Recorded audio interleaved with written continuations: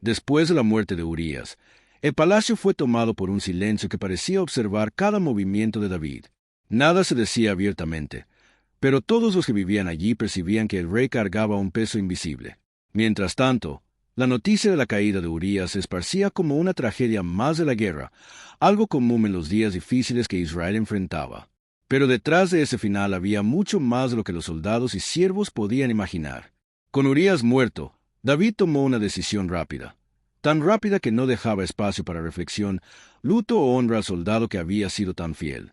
Casi como quien intenta cerrar una herida antes de que alguien la vea, el rey envió mensajeros a la casa de Betsabé para llevarla al palacio. Betsabé aún estaba viviendo los días de luto, como era la costumbre. La pérdida de su esposo era reciente, dolorosa e inesperada. La casa donde antes había rutina y esperanza ahora estaba marcada por el silencio y la ausencia.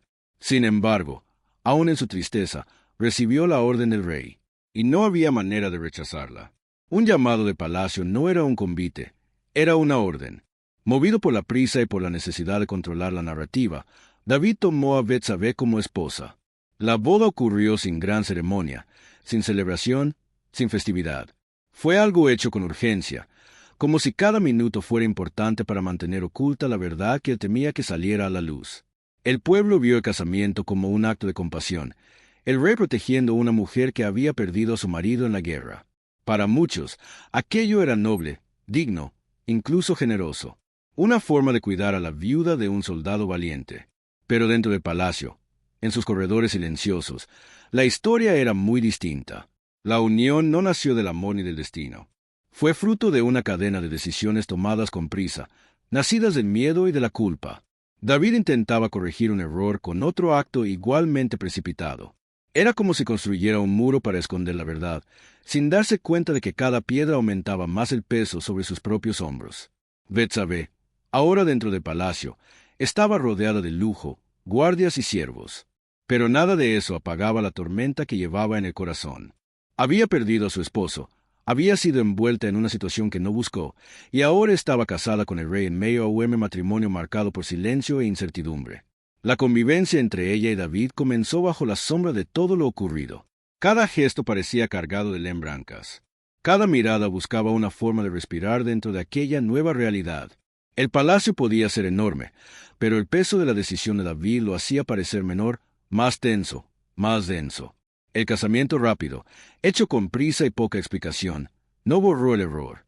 Al contrario, marcó el inicio de un ciclo de consecuencias que todavía estaban por llegar. Y aunque el rey no veía apenas un gesto aparente de cuidado, el corazón de David sabía que aquella unión traía consigo una verdad que él no conseguiría esconder para siempre. Después de la boda apresurada con Betsabé, el palacio parecía haber retomado su ritmo normal. Los soldados cumplían sus tareas, los siervos caminaban por los corredores, y el reino seguía como si nada hubiese pasado.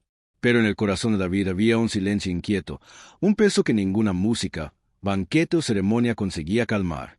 Era como si la verdad estuviera escondida detrás de cada sombra, esperando el momento correcto para salir. Fue en ese clima silencioso que el profeta Natán recibió una misión de Dios. No vino con gritos ni amenazas.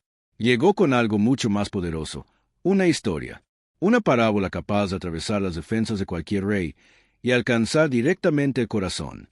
Natán entró en los aposentos de David con la calma de quien lleva una verdad más grande que cualquier autoridad humana.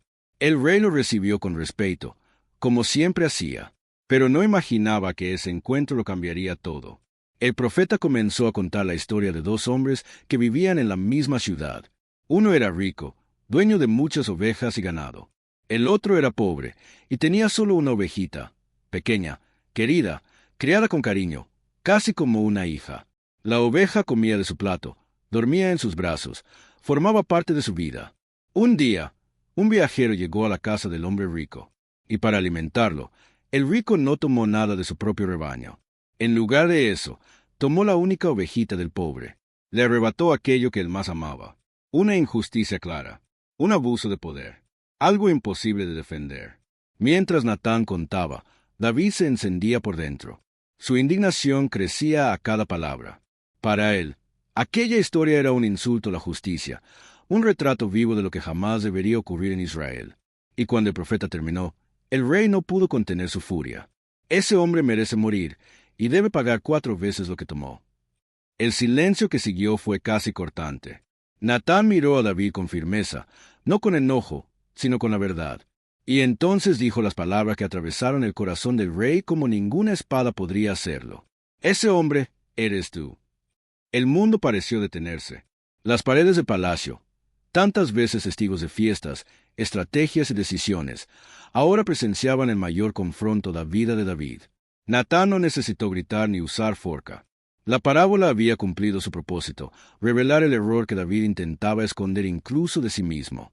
Él explicó que Dios le había dado todo: victorias, protección, honra, un reino entero, y aún así, David tomó para sí lo que no era suyo. Arrebató lo que era precioso para otro hombre. Actuó como el rico de la parábola. El peso de la verdad cayó sobre David con fuerza. Ya no era posible huir, ni esconderse, ni justificar. La culpa que tentaba afastar agora estaba diante de él, viva, clara, innegable. Y en ese momento, David entendió que no solo Urías había sido herido, sino también el corazón de Dios.